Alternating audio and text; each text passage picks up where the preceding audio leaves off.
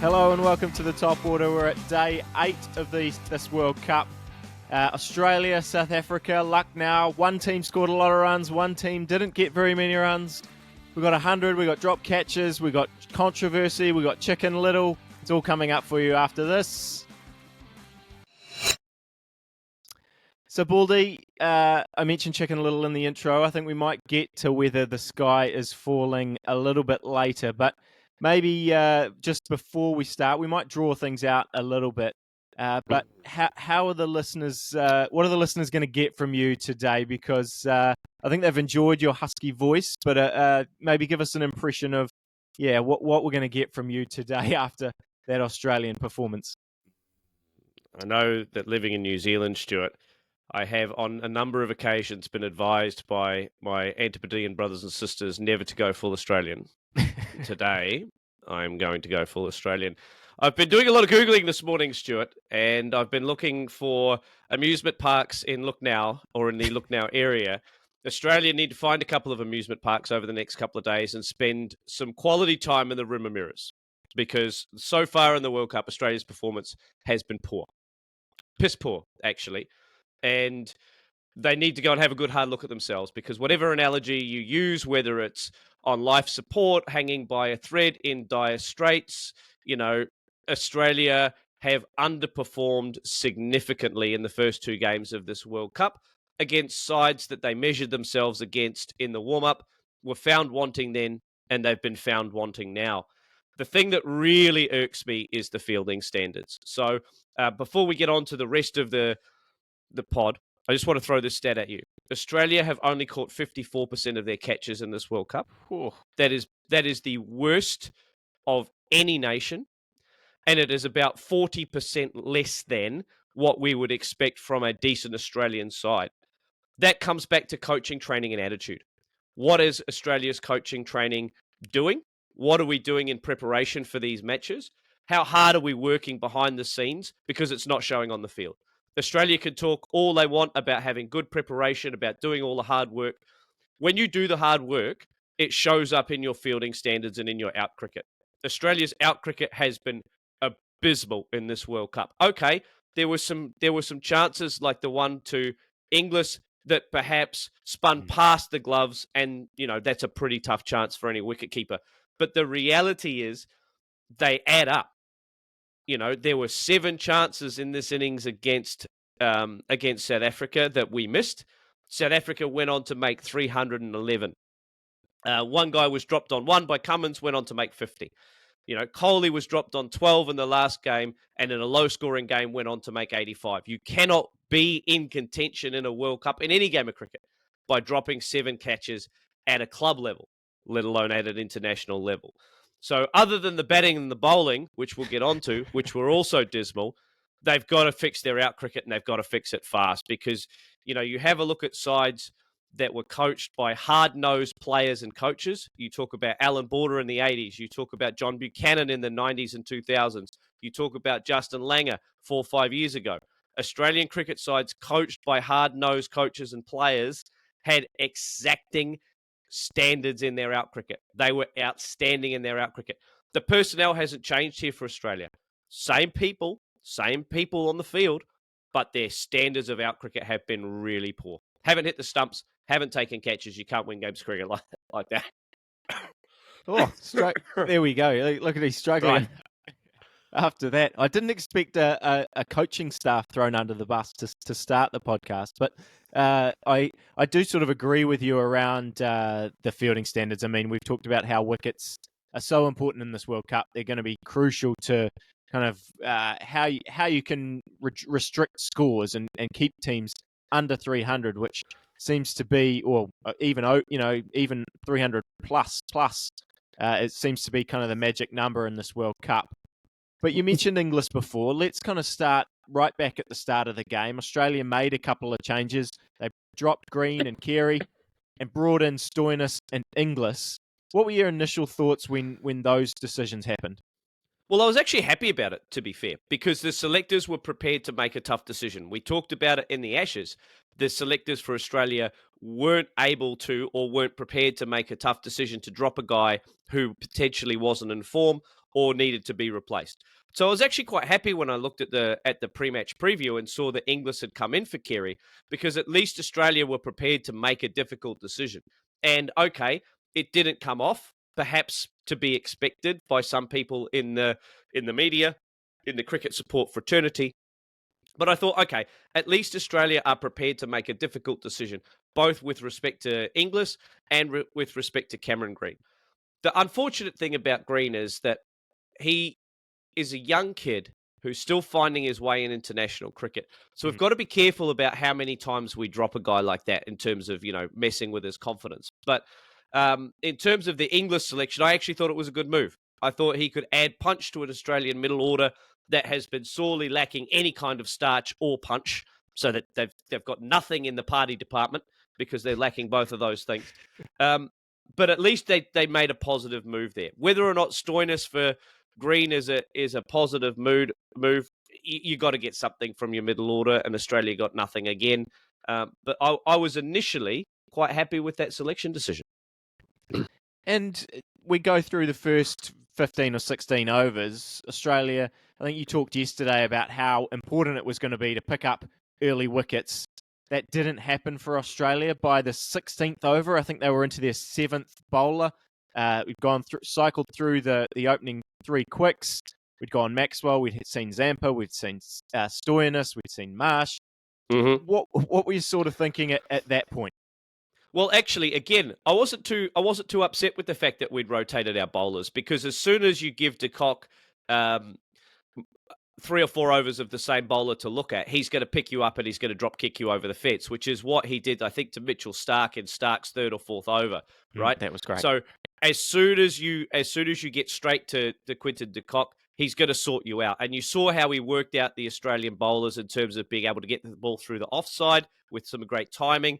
That late cut was brilliant. He just figured out where the field change was, manipulated the deep point, got the third man up, late cut the ball for 4. So you can't give that guy too much of the same thing. So I actually thought, I was quite happy that Australia went to Maxwell early, went to Zampa, tried a little bit of different stuff when there wasn't a wicket on offer.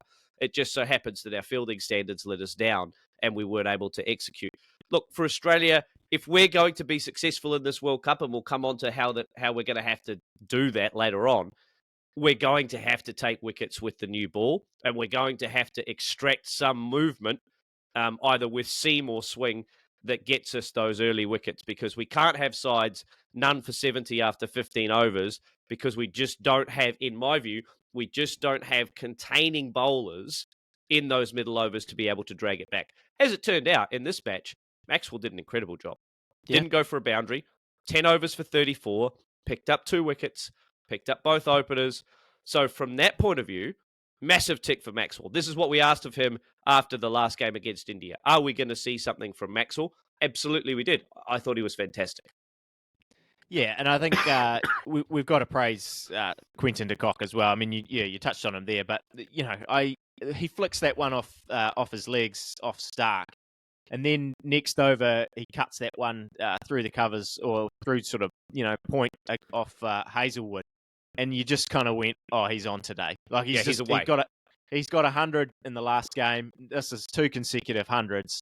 I think he's retiring after this World Cup from ODI cricket, although, to be fair, I think people just retire, and then, if he's still playing in 4 years, it wouldn't surprise me if he says, oh yeah, maybe I'll come back and have another crack at the World Cup. But he's in incredible form. And I think that South Africa lineup, I mean, yeah, we've focused mainly on Australia so far, but it's sort of hard to see that South Africa lineup failing with the bat at the moment. I mean, yeah, we ran through it in the preview, all the different players that have got averages very close to 50, if not over 50. It's pretty imposing. And I think actually for Australia, probably with the start that South Africa got, they probably would have felt okay with 311 on the board, because, I think South Africa was at 200 with 15 overs to go and wickets in hand. And when you talk about that lineup, we've seen them score at 10 and over for the last 25 at different points in the last few months. So yeah, I think Australia at the halfway point might have been going, okay, we can chase this down. Yeah, damage limitation, absolutely. I mean, if you have a look at it, when de Kock was dismissed in the 35th over, prior to that, South Africa were 2 for 197 with 15 to go, and you had Klaasen, Miller, and Janssen all in the shed, waiting to come out to bat.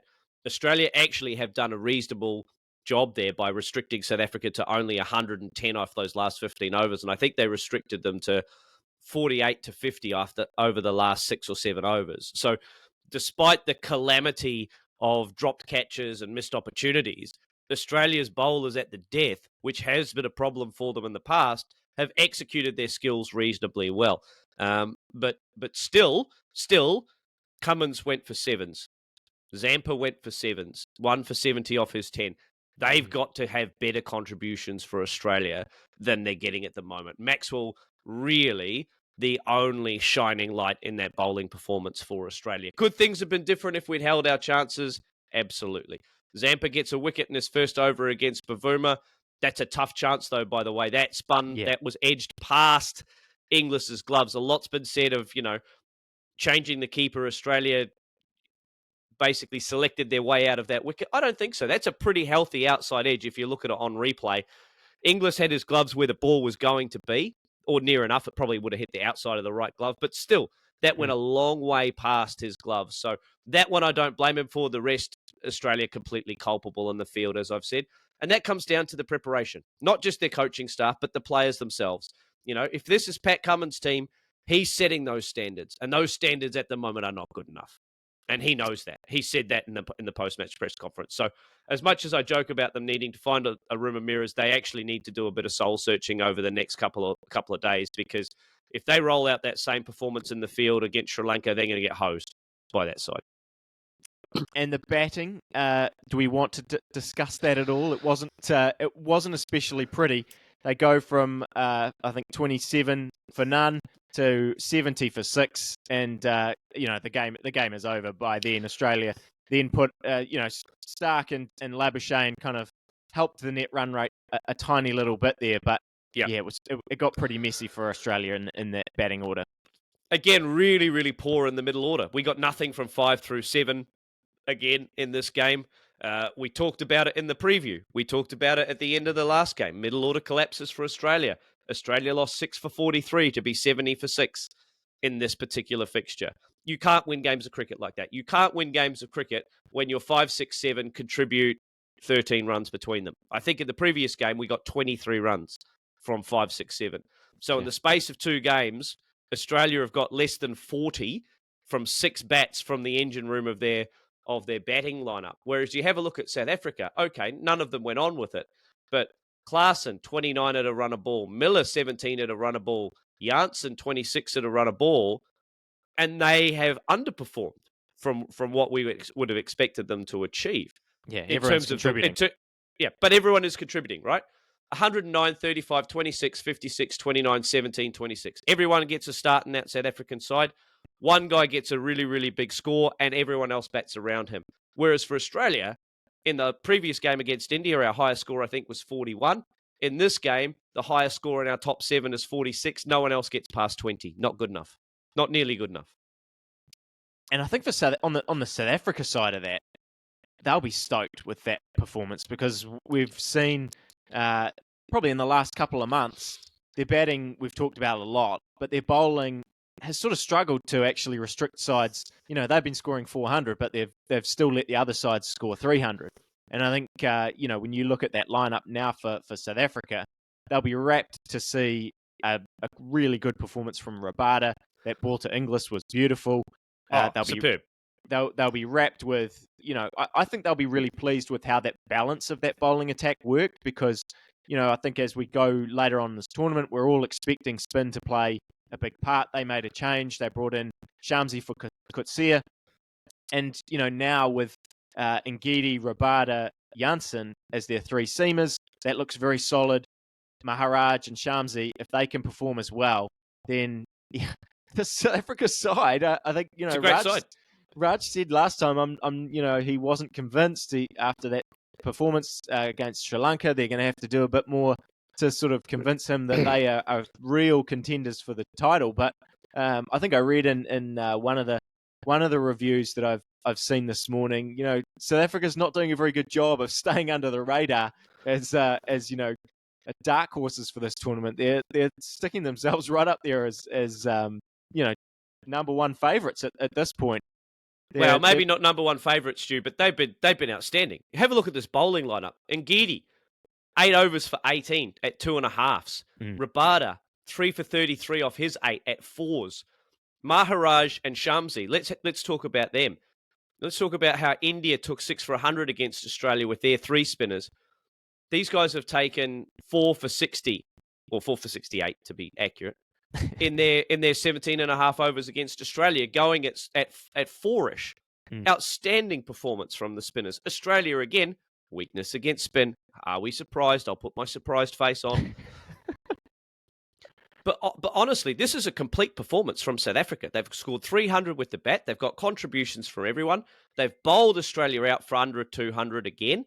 They've got contributions from all their bowlers. What's not to like? I don't think they're tournament favourites yet. Let's measure them up against India, New Zealand, Pakistan, etc., and England before we make that determination. But from what we've seen, they've certainly put Australia to the sword and put Australia's World Cup in the ICU. Do you want to talk about any of the controversy? A few weird decisions, I think, from the man upstairs.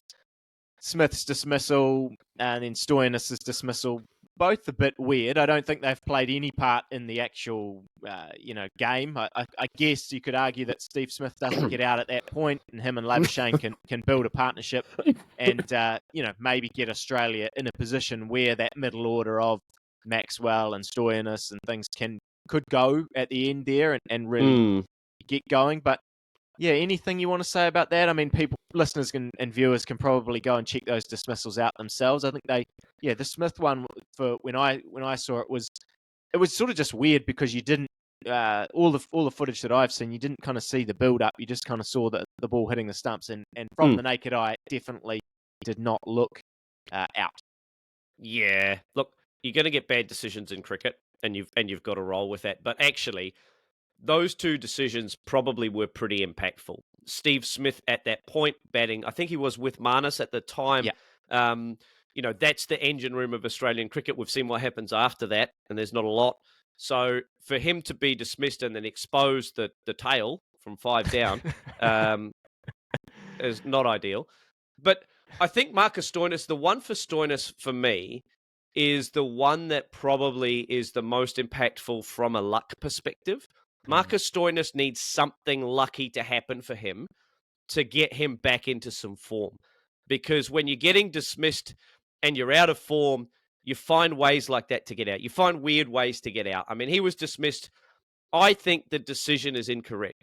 If his hand is not on the bat and it's not touching his other hand, by the rules, the laws of cricket, that's not out. Right? That's just not out. It shouldn't be out.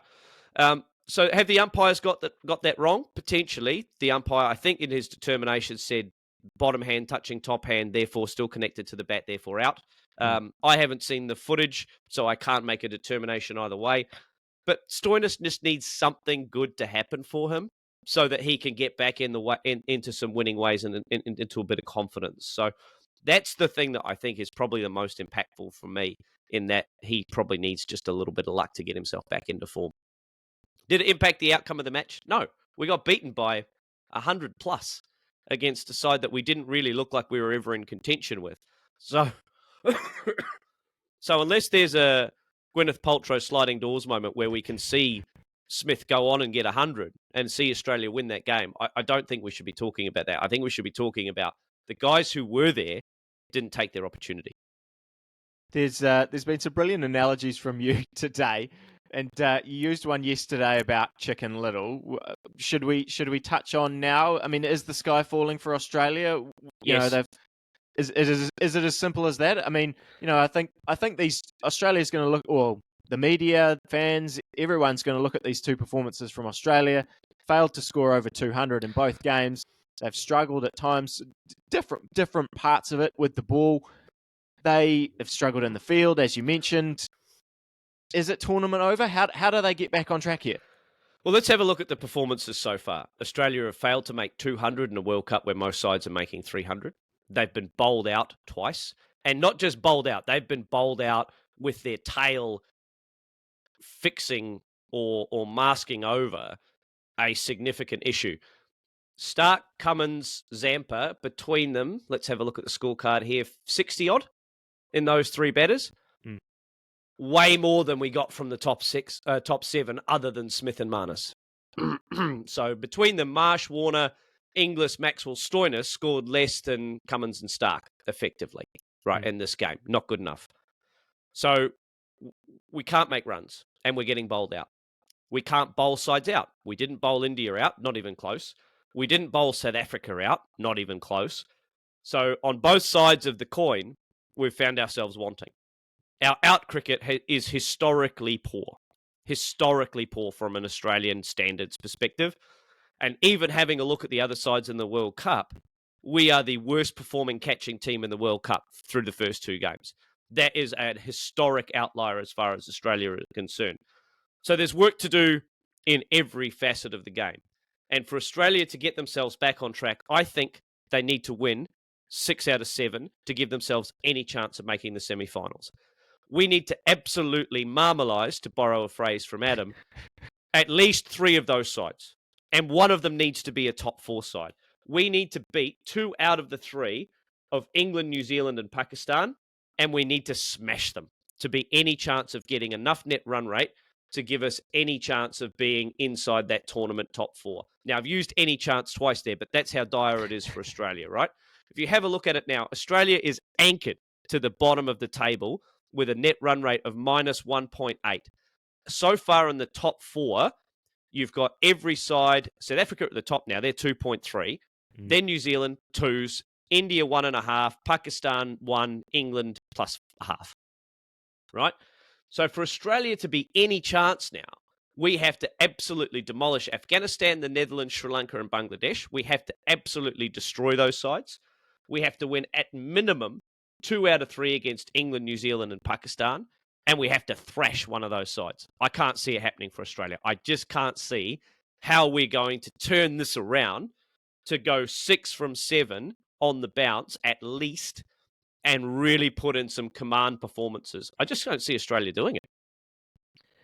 The New Zealand part of me always thinks Australia's just going to win after years and years of watching this happen and often at New Zealand's expense. And I will say I actually think that I think for Australia the positive you might take, if there's anything from this, is that South Africa and India, the teams that you've lost to, at this stage in the tournament, look like semi-finalists. They look like sides that are going to be right in the mix at the pointy end of this tournament. So you can think, okay, maybe losses to them aren't as drastic as what losses to other sides, that you might be fighting for there. You've got Sri Lanka in the next match that can hopefully get you back on track. We've seen Sri Lanka's bowling just be taken apart by everyone that they've played so far. And then, as you say, Pakistan, Netherlands, New Zealand, England, Afghanistan, Bangladesh. There's some very winnable games in there for Australia. I think that I still think that 5. I think if you looked at the table last tournament, we saw that 6 wins got you in, and then 5 was run rate. 5 wins was all down to run rate, and I think that's the problem Australia have, though, right? That's the problem Australia have. If they're relying on net run rate, they're going to fall out of contention. They need to win more games than Pakistan, England, New Zealand. If India and South Africa are the top 2 in your view, I still think England are in the top 2. But anyway, if those are the top 2, Australia need to beat and have more wins than the remaining sides. Let's just say it's New Zealand, Pakistan, England, maybe South Africa, right? We cannot go head-to-head on net run rate with those sides, particularly with this batting. If we can't make 300, there's no way we can improve our net run rate unless we skittle sides for 80 or 90. And I just don't see England, New Zealand, or Pakistan being skittled for 120, 130. I just don't see it happening. So Australia have got it all to do. We need to be able to bat our overs and make good scores that we can then bowl at. I think it's a different story if you're trying to go after Zampa and there's a big score on the board. But if we can't make 250, 300, there's no way we can play semi-final cricket in this World Cup, and we don't deserve to. Yeah, look, I can't argue with you there. Yeah, I mean, we could talk about this for quite some time. I'm going to have to scurry off to work soon. A quick message or a quick sort of look ahead to tomorrow. We've got New Zealand versus Bangladesh. I think changes are coming for New Zealand. We know that Kane Williamson is going to, well, we hope and we assume that Kane Williamson is going to be returning for New Zealand, which is just very exciting for me. I mean, you know, I think people are going to be talking about Rachin and what's going to happen to him and after the way he started this tournament. But Kane's our greatest ever batter, in my opinion. So, you know, to have him return and particularly to a tournament that I didn't think he'd make. So it's exciting to see him back in the mix. I think there might be another change to the bowling attack. We've got some decisions to make there. If it's going to spin as much as it did in that India-Australia game, then Ish Sodhi might come into the mix. But yeah, a few things to look forward to here for New Zealand and hopefully another big performance against Bangladesh, because we haven't had a great record. We've had a good record against Bangladesh in World Cups and tournament play, but we haven't had a great record in the past few years in touring Bangladesh. We did just beat them 2-0 in an ODI series over there just before this tournament, so I think that hopefully holds them in good stead, but it was kind of completely different sides for both teams at various points in that series. So yeah, a lot to look forward to from a New Zealand point of view as we move into Friday here in New Zealand. Baldy, any final thoughts before we sign off on this podcast? Yeah, just a couple of quick questions on this New Zealand game coming up. So Kane's coming in. Who's he coming in for? Quickly, in 2 words. I think he's coming in for Mark Chapman. Yeah, I would agree.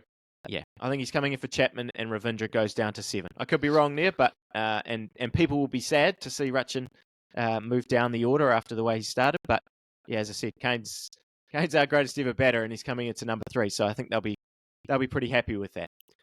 Plenty of good opportunities, or plenty of good problems to have, I should say, for New Zealand, in that they've got their form batter, or one of their form batters, dropping down the order to 6, maybe even number 7. You mentioned a change in the bowling attack. If Ish Sodhi comes in, who do you think he comes in for? I think he comes in for Lockie if they do decide to make that change. I don't see how you can drop Trent Boult or Matt Henry. They've been outstanding. I think that while I like that, I think the one thing it does do is it means we only have 2 seamers. A lot of the other sides that play 2 frontline seamers often have a Stoyanis or Cameron Green, or they have Hardik Pandya, they have someone that can bowl some overs. We would have Daryl Mitchell would be our other seamer option, because Jimmy Neesham was left out of the last side. I don't see him getting back into the side at the moment. So yeah, I think it does restrict your options there, but the fact that Mitchell Santner seems to be pretty comfortable bowling in that first 10, as soon as you get past that first 10, as long as you trust your spinners to bowl, then it doesn't, you're not worried about fielding restrictions or anything like that. So yeah, I think New Zealand will go with that approach if the pitch is going to spin as much as we sort of expect it to. Otherwise, I would say we might see Lockie get another crack. I think he did a reasonable job in the last game against the Netherlands, and he's someone that in the previous World Cup was a huge cog in our bowling attack. So I think they'll want him to be an important factor once again. Yeah, I completely agree. I think it's important for Lockie Ferguson to get some form, to get some confidence, to get some wickets and get him bowling, as they say in cricketing circles, quick wheels. Thank you, Stuart, for taking us through what has been a very, very disappointing Friday morning for me from a wrap-up perspective on Australia's World Cup campaign. But, sometimes a little bit of Schadenfreude can be delicious. So I'm sure non-Australians will be licking their chops at the prospect of Australia going out early in both the Rugby World Cup and the Cricket World Cup. But there's a long way to go. And I think if Australia can rip off 6 out of 7, then there might be some chance of playing the semi-finals. And who knows what can happen from there. I think that's all from Stuart and I this morning on the Top Order podcast. It's been a fun half an hour with you again, Stu. If you're out there listening or watching, take care of yourselves and each other, and we'll see you again soon on the Top Order podcast. Bye for now.